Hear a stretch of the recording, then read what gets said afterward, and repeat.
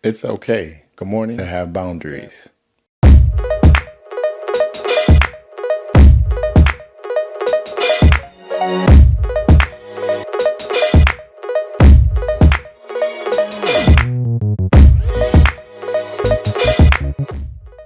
It's okay to have boundaries. Good morning, good afternoon, good evening. This is Ray with Wisdom on Wednesday. Super excited that you chose to hang out with me yet again. This particular piece of time in your life. There's so much going on. There's all types of things all over your feed, all over your timeline. So hopefully I can give you some peace of mind about some things that may be concerning you. But as per usual, I've been spending some time with the Lord, searching my heart, asking Him to give me something that would be beneficial to help us all continue to grow. So thank you, first off, for continuing to share the podcast. Thank you for comments. For those who were looking for me last week, I had to take a little bit of time and catch my breath. I appreciate you guys for reaching out, checking on me. I don't know if you're checking on me or if you're checking for the podcast. Either way, thank you for reaching out. But I was spending time with God, and this came into my spirit today. Wise people, it's okay to have boundaries. Wise people, it's okay to establish boundaries. Far too often, many of us have been raised to make certain that we make everybody around us happy, that we try our best to give our best to other people. You know, one of the golden rules, to love thy neighbor as they love thyself, which is commendable. It's amazing, as we should. But understand, loving yourself is also making certain that you have time for yourself. Loving yourself is making certain that you establish healthy boundaries, not to keep people away that you dislike, but almost sometimes healthy boundaries for people that you do enjoy their company. You do like speaking to them. But if you're open to everybody, if you are an open book, if you run to everybody's rescue, if you're Clark Kent and Superman all wrapped in one, that you want to solve everybody's issues, you'll never have time to evaluate the areas in your life that you need to focus on. You see, many people who have established in their lives that they have trauma response in their adulthood, meaning that they can recognize that they needed saving as a child. They needed somebody to come to their rescue. They needed somebody to answer questions. They needed somebody to make them feel safe. And guess what happens in our trauma response? When we become able, when we become adults, when we have a little bit of knowledge, read 2 or 3 books, and have some life experience under us, now we want to be everybody's hero. We want to be the one who's available for everyone.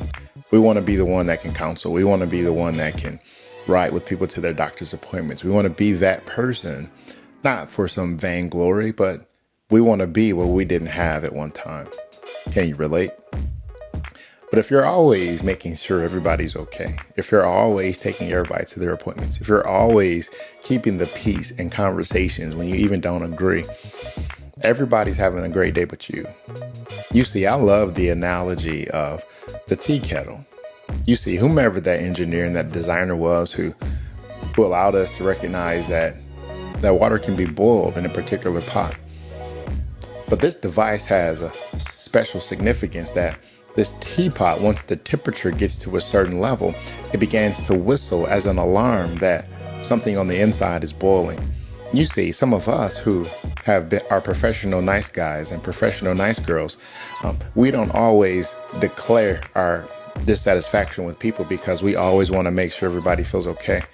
We don't set boundaries when people overstep. And when they do overstep, we don't speak about it. We don't speak up. Can you relate? So on the outside, it looks like everything's fine. Have you ever examined a tea kettle boiling? A tea kettle boiling looks just like a tea kettle with no water in it. The only difference is you may have some condensation on the outside as the inside continues to get hotter and hotter. You see, when we wear the face for people so they will be okay, when we wear the face for people so they won't be upset with our nice guy or nice girl image, what happens is we're dissatisfied on the inside, and those things slowly erode our self-confidence. They slowly erode our internal health. They slowly erode the way we think about ourselves, and we even start second guessing our own opinions. Can you relate? But understand, there's a difference between kind and being nice. Being kind means that you take time to have a conversation to establish boundaries, meaning that I'm not just going to turn my phone off, meaning that I don't want to receive any notifications from anybody at a certain period of time. But it's being kind enough to share with somebody that I don't receive calls after this particular time in the evening. And you don't even have to justify why. You have to tell that person why they can't reach out to you. You see, there's so many layers to this conversation because even when we set boundaries, some of us feel like we have to actually give the disclaimer of why. You're not obligated to give anybody the why to your boundary.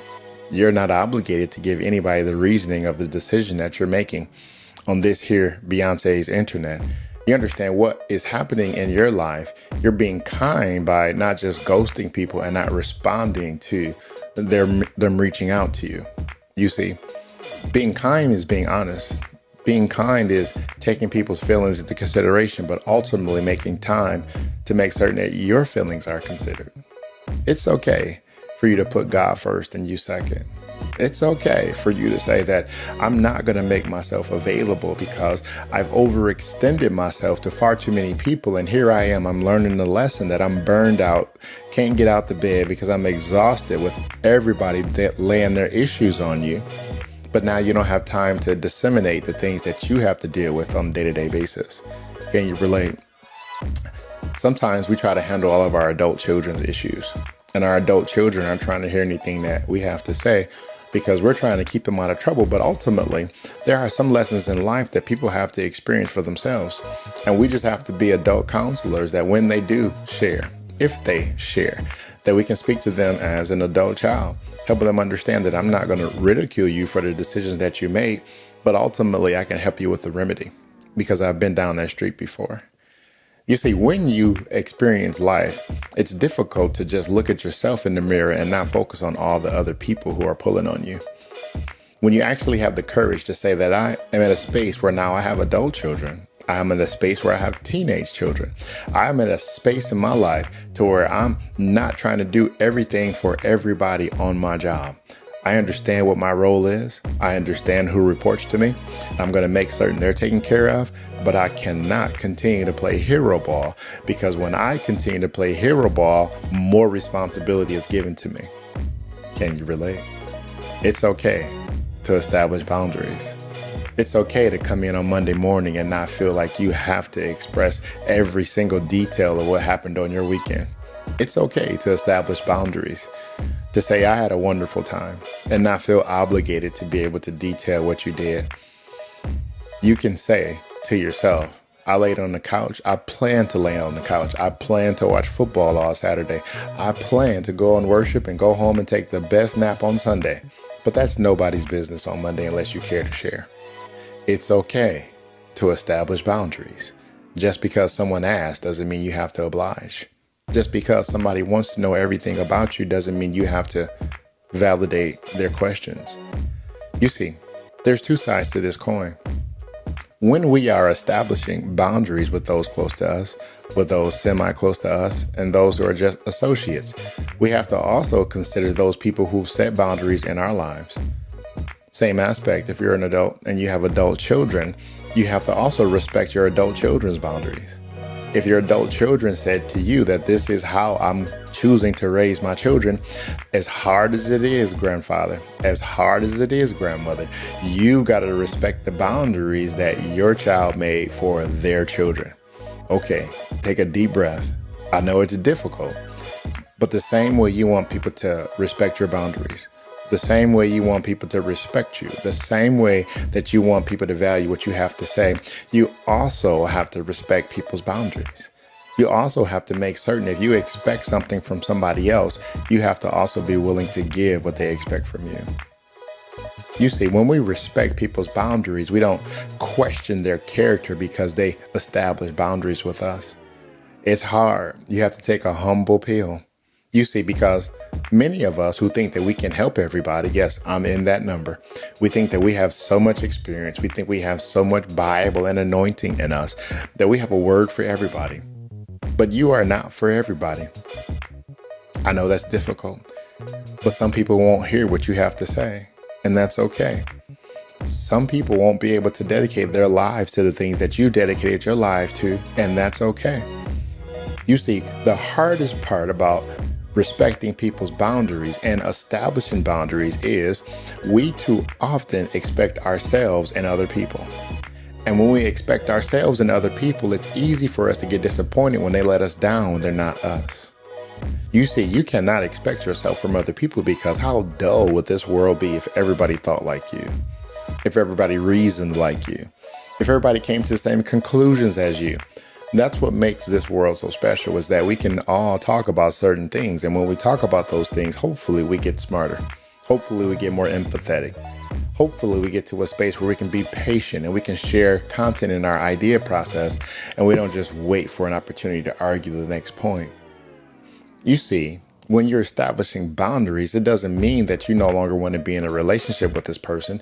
It just means in order for this relationship to remain healthy, these are the boundaries that we must set. What are some boundaries that you must set in your relationship? There are certain subjects that you don't talk to anybody about except your spouse. What are these boundaries? There's certain lines of respect and disrespect I won't cross with my children. Children are always going to be your children, regardless of how old they get and how old you get. But there's just certain boundaries that you cannot let your children cross, because once you let your children cross those boundaries, now they're looking at you as a friend versus their father. You understand? Boundaries are important, and it's okay to set them. Because if you don't set boundaries, people won't respect your space. I remember my mother at the end of a long day. She would come through the house, make certain that we had something to eat, make certain we had a snack or something afterwards. And she would say these words: "I'm going in the bathroom and I'm going to take a Calgon bath so he can take me away. And after I get out of my bath, I'm going into my room." You see, something intrigued me about this. What was so special about this bath? What was so special about her room that she looked almost excited that everything that we did in school, that we told her about, all the accomplishments we made out there on the playground, none of those things matter. She had this sparkle in her eye that she was establishing a boundary with us, that when I get done taking care of you, I'm going to go and take care of myself. I'm going to go take a Calgon bath, and I'm going to go and sit in the room and do whatever I want. You bet not knock on my door. You see, it intrigued me. I wanted to know what she was excited about. I didn't understand boundaries. This was my mother. When she went to the bathroom, I knocked on the door. When she came home from wherever she came from, I wanted to know all about it. Boundaries, what does that mean? But she was early on helping me to understand that I don't have to tell you I'm going into the bathtub to relax, but I want you to understand the importance of setting boundaries. I want you to understand that some people don't understand how hard your day was. Some people don't understand the physical pain that you may be in that people don't understand. Some people don't understand the agony that may be going on in your relationship. People do not understand the weight that you carry. So you do not have to expose what's going on in your mind, but you do have the right to set boundaries, to take time for yourself, to take time with the Lord, to spend time with the Lord, spend time with yourself. You see, when you don't have boundaries, everybody comes in and out of your space. And when they come in and out of your space, you become familiar. And when you become familiar, nobody thinks that you have anything to offer but to help them. Can you relate? Take me here. Pay for this. Are you going to cook today? Are you going to cut the grass today? You become a commodity. But when people recognize that your time is valuable, when people recognize that your thought process is valuable, when people recognize that you are not a robot, you are not AI generated, and you need time to get your mind back. You need time to refocus. You need time for yourself. And wise friends, it's okay to set boundaries, because healthy boundaries will keep you healthy.